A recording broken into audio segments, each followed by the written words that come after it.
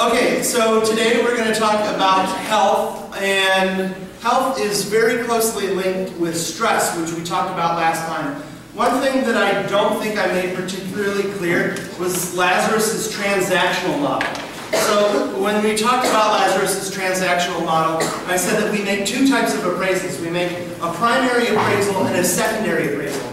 The primary appraisal has to do with appraising the threat. Is there a threat? How big is the threat? The secondary appraisal has to do with your resources, the stuff that you have to deal with the potential threat. Now imagine that Allah and I want to do some business.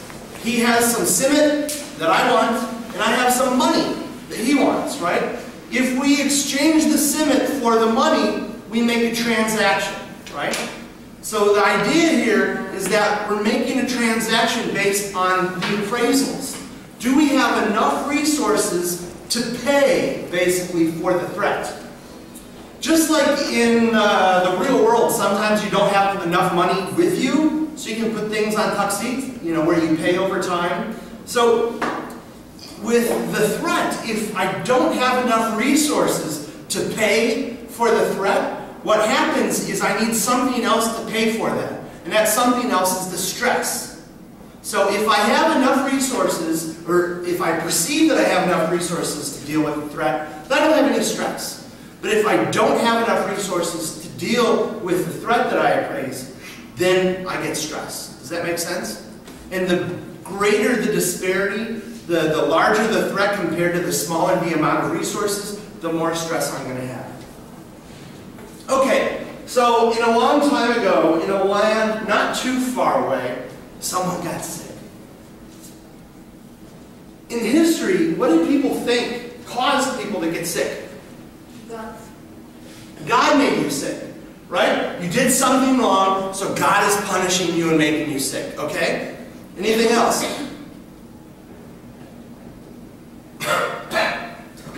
Went down the wrong way. God is making me cough. It might not be God. Some people would say, oh, no, God's pretty nice. God's not going to make you sick. Someone else is going to make you sick. Who? Food. And king. Huh? King? What did they do? What is this? The king? But the king doesn't make you sick. The king can lock you away. He can break your legs, but he's not going to make you sick. Yeah, maybe it's shaitan. Maybe it's the devil making you sick. Or this great word I learned here, Ushar Filari. Ushar Filari, the gene did it, right? So this is sort of the traditional historical approach to why people get sick, right? They don't understand what's going on, so they come up with these supernatural explanations for why people get sick. But since these times, we've learned a little bit more about what makes people sick. So we've come up with cell theory, which says that basically all of the parts in our body are composed of different cells. And we've also come up with germ theory, right? That we have these little cells that are germs in the case of bacteria, or viruses, which I'm not sure if they would qualify as a cell or not. But anyway, the idea is that you have these little microbe things, right? That can affect how your body functions. So they came up with the biomedical model. So according to the biomedical model, what is health? So what does it mean if you say I'm healthy? You ask people, like old people, how are you? And they might say like, at least I have my health. What is health? It's the absence of pain. What else? Feeling good.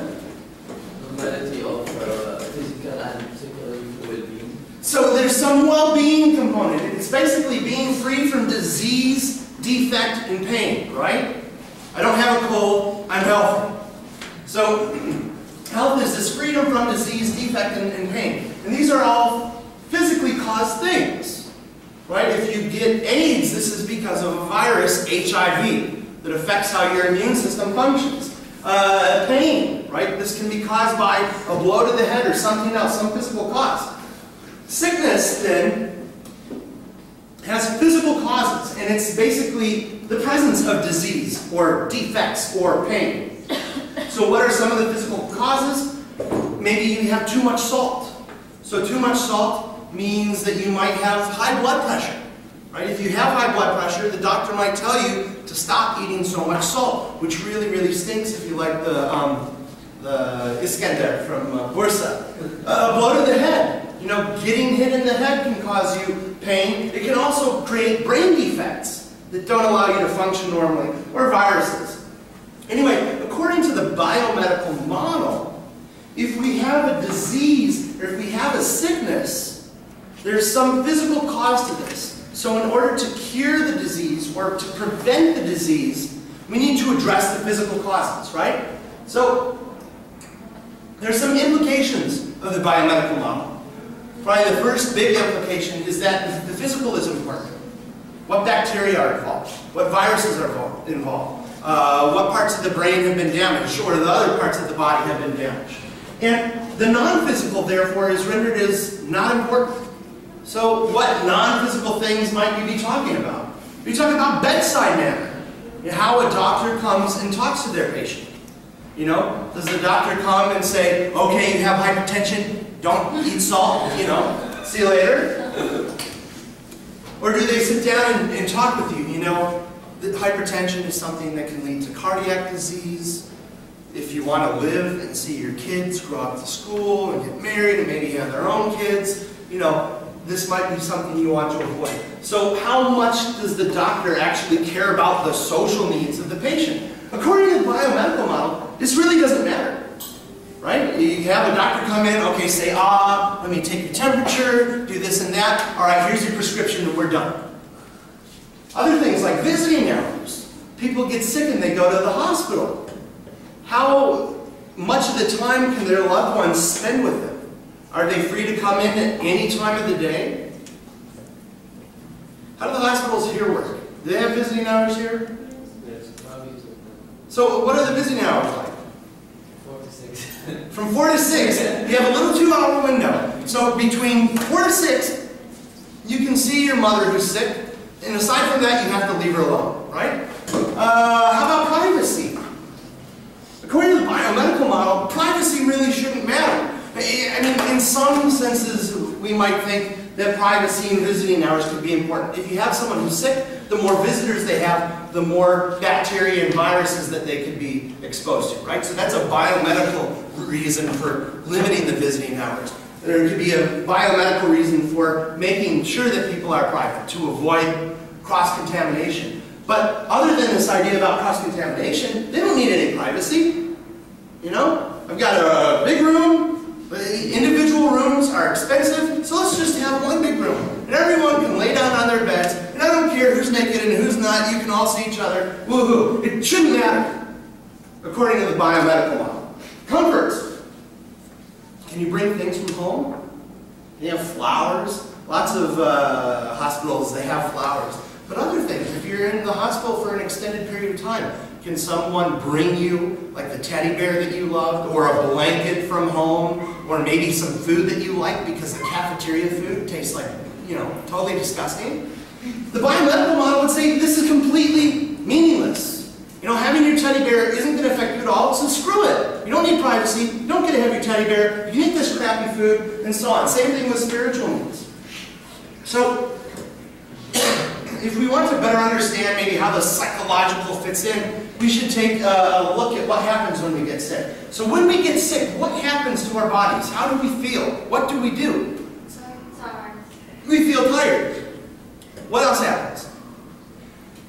Depends on what sickness you're from. Okay? You might get a fever.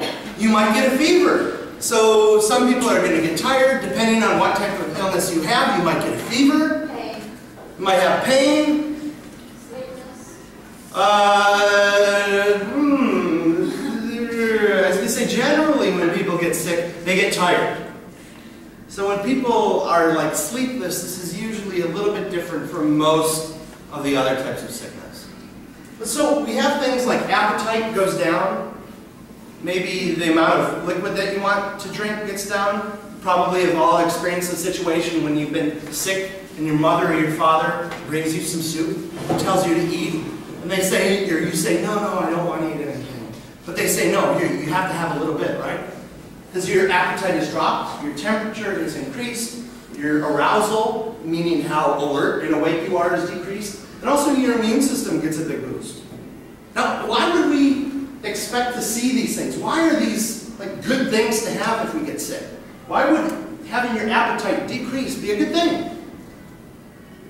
The body wants to keep balance. Your body wants to keep balance, and when you eat things, you are introducing more germs and more microbes into your body, right? So if you are not eating things, you're ingesting less stuff that could potentially harm you. Does that make sense?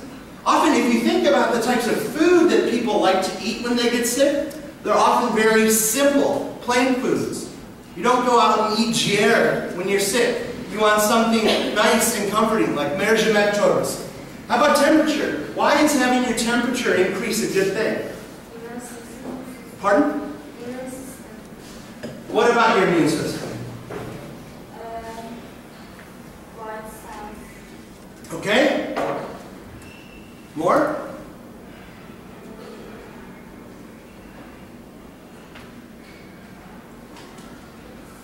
Any of you guys had a biology class in high school where you tried to grow germs? And you put them like on a petri dish? You like swipe from a toilet or behind your ear, and then you swipe the petri dish, and then you put it in an incubator, something where it's fairly warm. So germs and viruses often have like a certain temperature where they multiply best, where they're most effective. And what happens is that when your body increases its temperature, it makes it harder for these germs to replicate. It makes it harder for them to reproduce and do further damage to your system. There may be a relationship between the white blood cells, but I don't know of it. How about, since you said white blood cells, why is it a good thing that our immune system gets a boost when we get sick? Yeah, your immune system, your white blood cells, natural killer cells, these things are acting on your behalf to keep you well. So when you're sick, it's a good thing to get more of these white blood cells fighting against the infection, fighting against the problem. And finally, what about arousal? Why would it be a good thing that people would be tired when they're sick? So they rest. If you're resting, you're not expending energy in other places, so your body is able to conserve more of its energy needs to fighting the infection. This is especially good when you consider that appetite is decreased. If you're not bringing in more calories, you're going to burn them off a lot faster if you're out and about doing things as opposed to resting.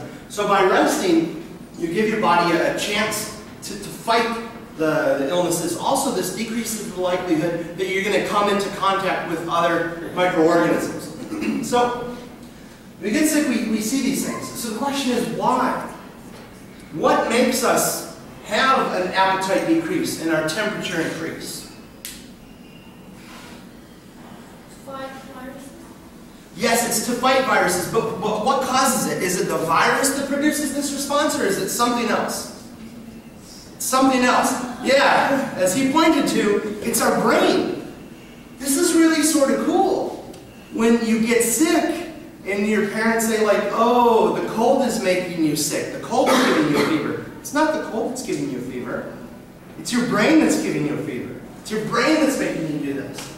So if we go to the biomedical model, we have these physical things.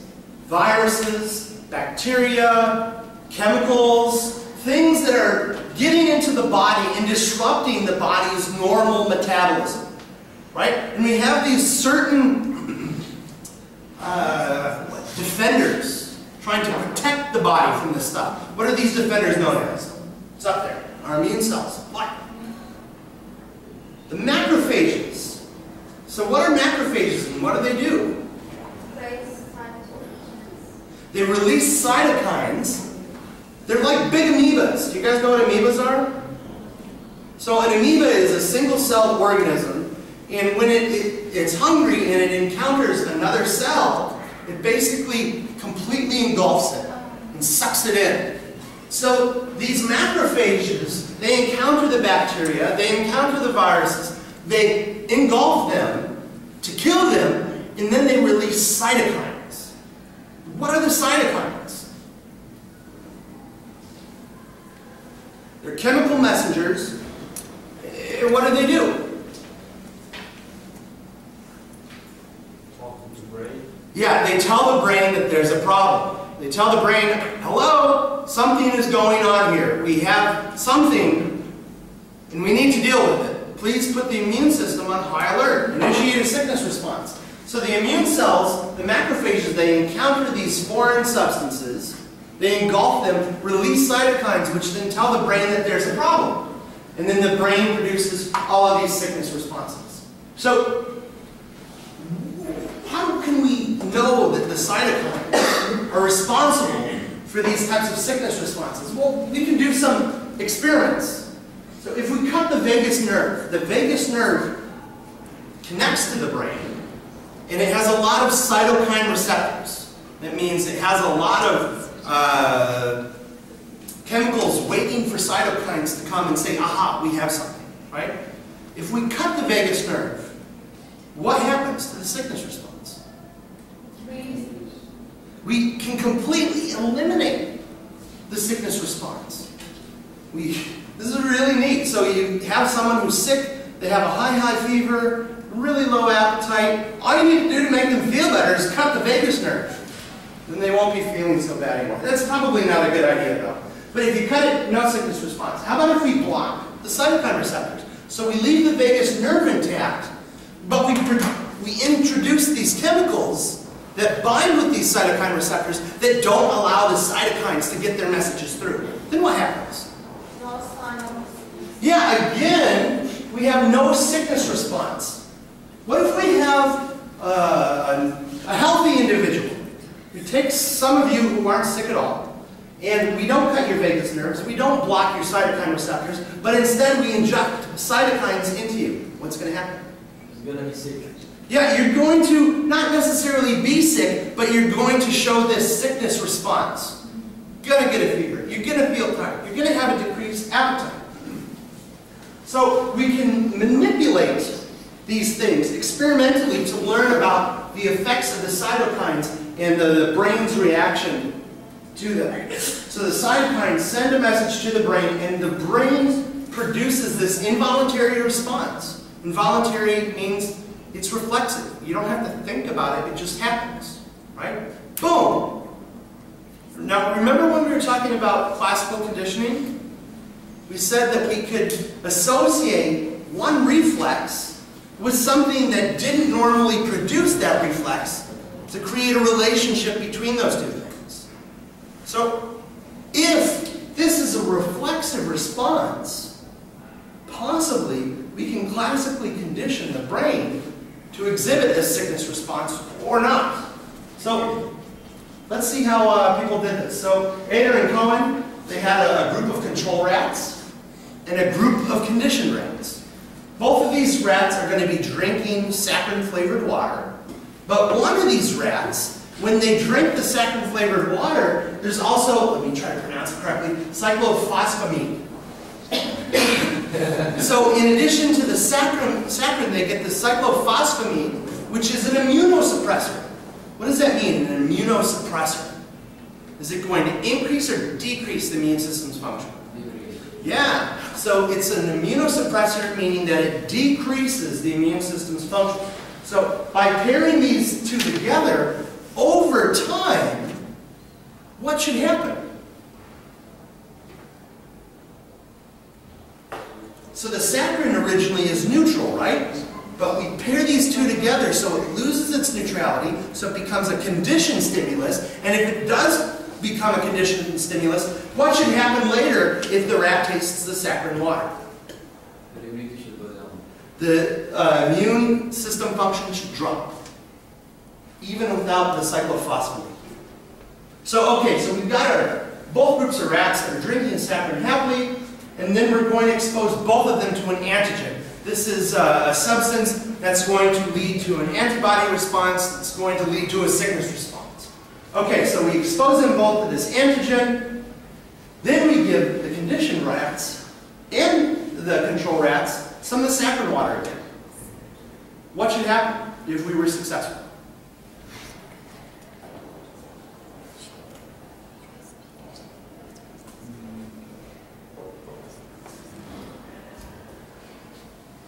Who should have a higher immune system response?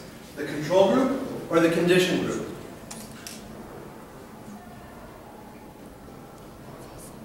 So remember, the condition group has been receiving this immunosuppressor with the saccharin, right? Which is supposed to decrease their immune system function. So if classical conditioning has worked, which group should have the higher immune response? The control. Ooh, the control or the condition? Why do you say the control? Because now it's only like sweet water, no? Yeah. Yeah, and they have there is a reason that they're gonna get sick, so their immune system will go up. But their immune system should go up to, for both of these, right? When they're exposed to something that produces an immune system response, they should both have an immune system response, right? But you said that this should be the higher response. Why? Because there is no suppressor. Yeah, there's no relationship between the saccharin and the suppressor. For the control group, the saccharin is neutral. Shouldn't really do anything. But for the condition group, there's this relationship between the saccharin and the suppression. Which means if our conditioning is successful, then when we give them the saccharin after they've been exposed to this substance which should provoke an immune system response, we should see a smaller one. So let's take a look at the data. So here we have basically how strong the immune response is. So higher is a bigger response. Now this group here, the white one on this end, this is the placebo group. This is the control group. This is the group where there was no conditioning, right? So we see we have an immune system response this big. Let's ignore this group. But if we look at the condition group, so we have the condition groups which I believe were given different amounts of this suppressor. What do we see? Overall, the response is less than the placebo group. It's less than the control group. Which means that by them tasting sugar, which should have absolutely no effect on the immune system, we have a smaller immune system response. Biomedical model can't explain this. Is this also true for us? I don't know of studies that have done this with humans. I'm sure that there are these types of studies, but I can't name one off the top of my head. If you send me an email, I will find you a link. All right. So we see that classical conditioning can be used to decrease immune system functioning. This kind of stinks. Who wants to make immune systems weaker?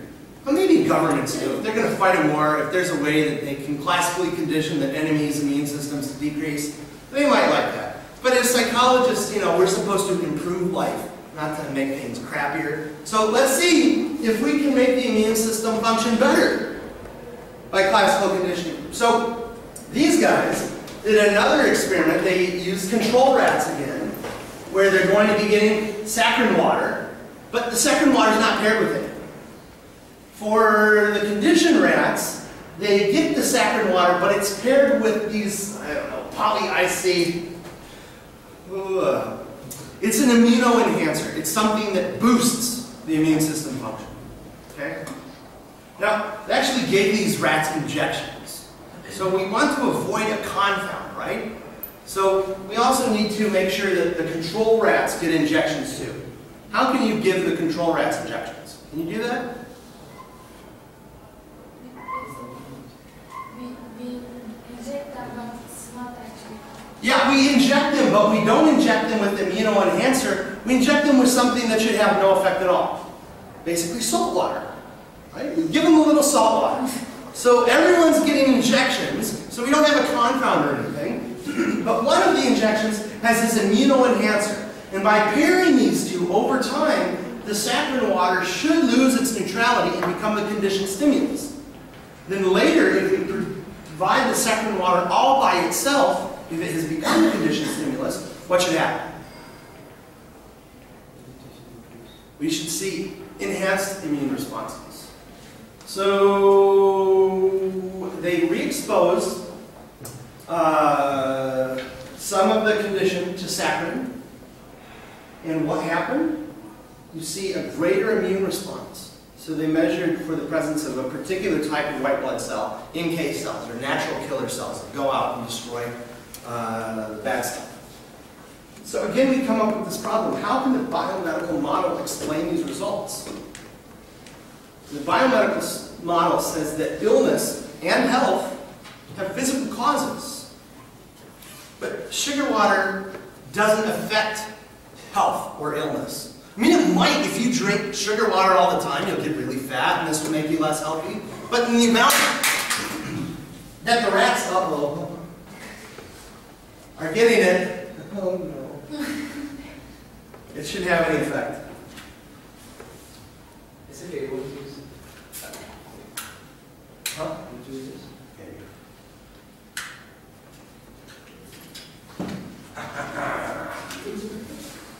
All right.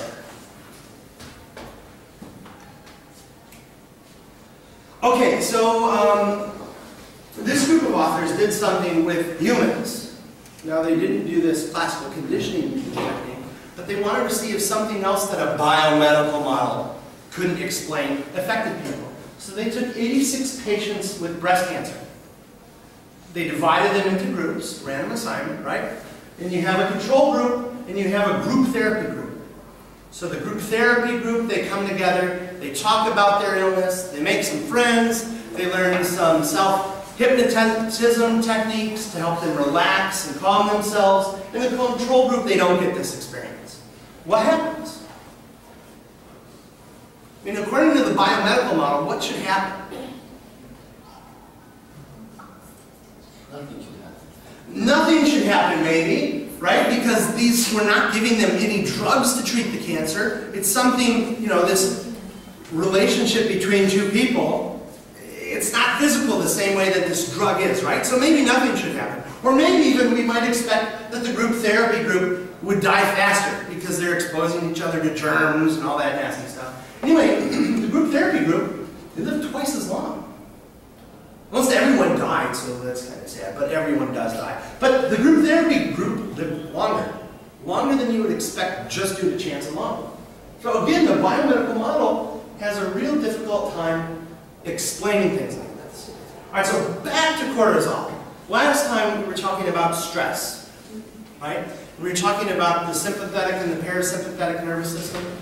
And the sympathetic nervous system is for fighting and fleeing, and the parasympathetic is for pooping and peeing. Anyway, the sympathetic nervous system, it increases blood pressure, it increases breathing rate, it also pumps out cortisol. Cortisol has some interesting effects on the immune system. So with increased levels of cortisol, we have lower levels of these natural killer cells that are going out and fighting on your body's behalf. We also have fewer prostaglandins and decreased immune responses. Now, do any of you guys have allergies? What happens if you eat the thing you're allergic to, or if you touch the thing you're allergic to? My eyes. Your eyes, they get itchy? Yes. Anything else? No. So my son, he's allergic to, what is it called? To pistachios. Fistic? On top fistic? Which is really too bad, because pistachios are just delicious. And they have really good pistachios here compared to the States. Anyway, so my son, he loves pistachios. But when we got here, and there are pistachios all around, and they're cheap and they're really good, he started eating them regularly. And we noticed something. After he would eat the pistachios, he would get itchy. And he would start getting these bumps on his skin. And as time went on, he started getting bigger bumps and more itches and red spots and things. So he doesn't eat this stuff anymore. One of the things our immune system does is to inflame an area, increase the blood flow to that area to allow the white blood cells to do their things. But in a time of fighting or fleeing, this can actually be a bad thing. Has anyone worked out really, really hard where you actually have a difficult time moving your muscles afterwards? If you've worked out like that, the mechanism is different because it increases the level of lactic, is it lactic acid? Is that it? Yeah, lactic acid. But when you get inflammation to a region, it makes it harder for that region to work appropriately. So if you're trying to run away from a bear and your legs are blowing up, you know, from this huge immune system response, it's going to be harder for you to get away. So cortisol actually decreases this. Decreases the likelihood that you're going to get this swelling and this bloating and everything, which can make it good in a fight or flight situation. Now, after the fight or flight situation is over, you want to heal, so you want your immune system to come back on, right? Remember when I talked about how there's a difference between these temporary stressors versus chronic ones? With the temporary stressor, you know, the cortisol levels go up, but then they decrease, and the parasympathetic nervous system has its opportunity to do things, and to get you back to homeostasis. With the chronic stressor, though, however, you basically are continually pumping out higher levels of cortisol, which will do what? It will reduce your immune system function. So, stress, this non-physical, you know, component related to appraisal. Oh, do I think this is a big threat or not? Right? This isn't some physical thing. I mean, it actually is physical in the sense that the brain is sending signals and everything can be reduced down to the physical. But it's not physical in the sense of, you know, a bear claw inside of it. So we have this non-physical, this appraisal. How big you think the threat is, how good you think your resources are, and according to Lazarus's model, what should happen when the strength of the threat outweighs the strength of your resources? Stress. You get stress. And with stress, you have increased levels of cortisol. And with increased levels of cortisol, what happens to your immune system? That's exactly right. So you praise something as a threat, more cortisol, decreased immune system function. So again, the biomedical model has a problem with this appraisal portion. What's a placebo? Fake medicine. That's good. Anything else?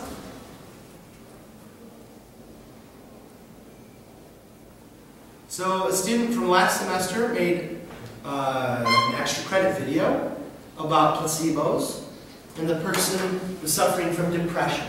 And they went to talk to a psychologist, and the psychologist took some gum and put them in a, you know, a real-looking pill bottle and said, "Here, this will take care of your depression." The person opened it up, took some, and what happened? They felt better, at least in the video. This is a movie, right? Anything can happen in a movie, so maybe this isn't real. But the idea is that this gum had some effect and made the person feel better. Should gum affect depression? If there was a relationship between chewing gum and depression, or sugar and depression, you would see doctors say, "Oh, here, take some gum. Here, take some sugar," right? So a placebo is basically a substance that shouldn't have any effect. But it does. It has an effect, and the biomedical model can't explain it. So what types of effects do placebos have?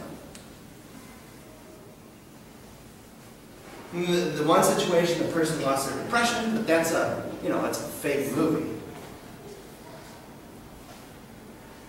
Make you think that you're improving, so that you will improve. Okay, so the placebo, I give him the placebo, and he thinks that he's going to improve, and he says, "So you improve." This, to me, originally sounds really pseudoscience-y. There are some people out there who says, like, name it and claim it. The idea is if you can think about something hard enough and believe strong enough, it will come true. Right? So the placebo, this is sort of like that. Well, I'm going to get better by taking this, so I get better. This shouldn't happen. Right? The sugar shouldn't do anything, except maybe increase your blood sugar a little bit. So how could sugar have an effect? Based on what we know. So I give him placebo. He doesn't know it's a placebo. He thinks it's a real thing. Here you go. Huh? It affects the brain. How? It says to the brain that it will get better. Uh-huh. It will get better. And what does this do?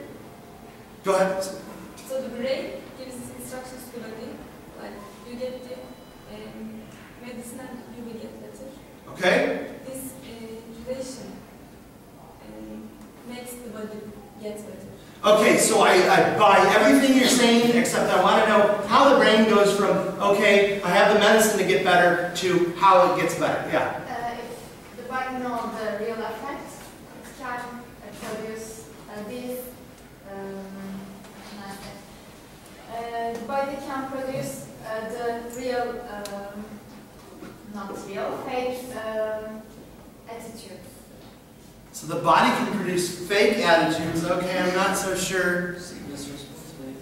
Okay, what about the sickness response? Maybe the brain gives sickness response. But it gets a medicine, and the medicine's supposed to make you feel better, right? So you're saying it should produce a sickness response? I'm not buying that. Why? I'm not buying that either, but why? Professor? Yeah. Maybe it's also about conditioning. Okay? Now, the placebo is actually, it's neutral. You know? Ah! Good, I like this. So you have this drug, right? A pill. It's neutral. What does the pill do? I don't know. And what do? Okay, so you pair this neutral thing with something else. What? With the positive advice from the doctor. Positive advice, I'm not going to say that has an unconditioned response. So imagine that we give someone this pill thing. And previously, when you take things in this form, you get better, right? So sometimes when you take antibiotics, it allows your immune system to fight better. So if this is the case, it's possible that just by taking this thing in the pill form, that we have this classically conditioned response that will enhance our immune system function. I'll totally buy that. And whoever said increase the immune system response now, I'll say okay. Something else. It has to do with stress.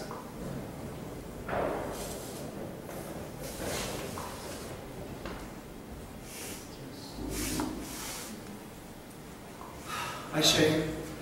I'm very, very sorry. No, you're really sick.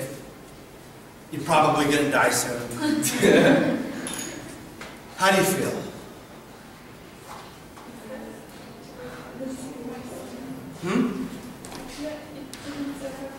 It didn't affect you?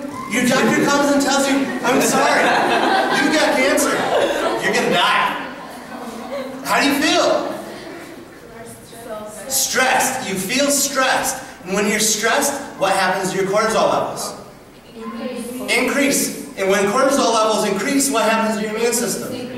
Decrease. Now, what is this going to do to her ability to fight cancer? It's going to make it harder, right? But wait! I have this pill. This pill can help cure you. Now how do you feel? I don't know about great. Like, you're not going to be like, oh yeah, life is good. But you should feel less stress, right? More hopeful.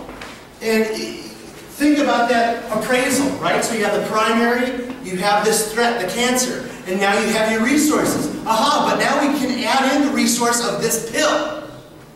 So, we have more resources. Not as much stress comparatively, right? So if we have less stress, what should happen to our cortisol? We should have less cortisol, which should have what effect on our immune system? A better effect on our immune system. Thus, this sugar pill that shouldn't do anything helps people get better. It's really amazing. That's how people think that this social interaction thing works too. Right?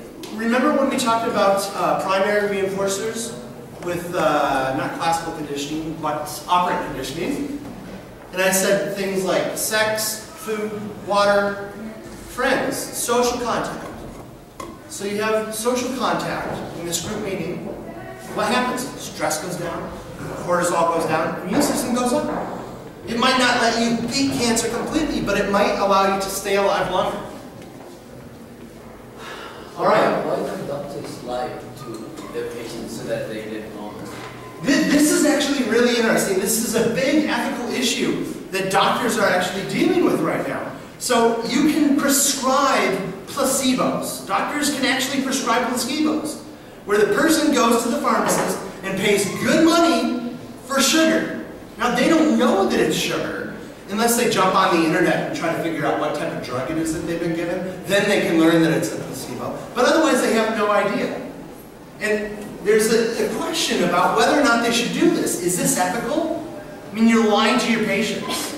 Should doctors lie to their patients? I mean, most major world religions say don't lie, right? Because lying is immoral. So should you lie if they're going to live an extra 6 months? I don't know. That's why it's a big ethical issue. But as we've seen, like even with the classical conditioning, we can, by varying sugar, which really has nothing to do with anything as far as the immune system goes, we can increase or decrease the immune system response through classical conditioning, or we can lower stress through retracing. So we need a new model. So the new model is the biopsychosocial model, which contains elements of the biomedical model, but in addition to that, adds in some information that we have from psychology and also sociology. So this model says that health is affected not just by the biological stuff like blows to the head, a virus, too much salt, but it's also affected by how much stress that we have, what our expectations are about our future, whether we'll be able to fight the sickness or not, and also some sociological factors. Do we have friends that we're talking to? Are our parents living far, far away? So lots of times, students, when they come to college, if their parents live far, far away, like they get sick. Actually, all students get sick because you come into contact with new germs and stuff. But what do? Well, if they stay sick for a long time, maybe if you send them back home for a little while, decrease their stress and let them be around the friends and the family that they love, they'll have a better outcome. So the biopsychosocial model tries to take a holistic approach. So these things that weren't important with the biomedical model, like bedside manner, visiting hours, and spiritual needs, are now very, very important. All right, next class we're going to talk about sleep.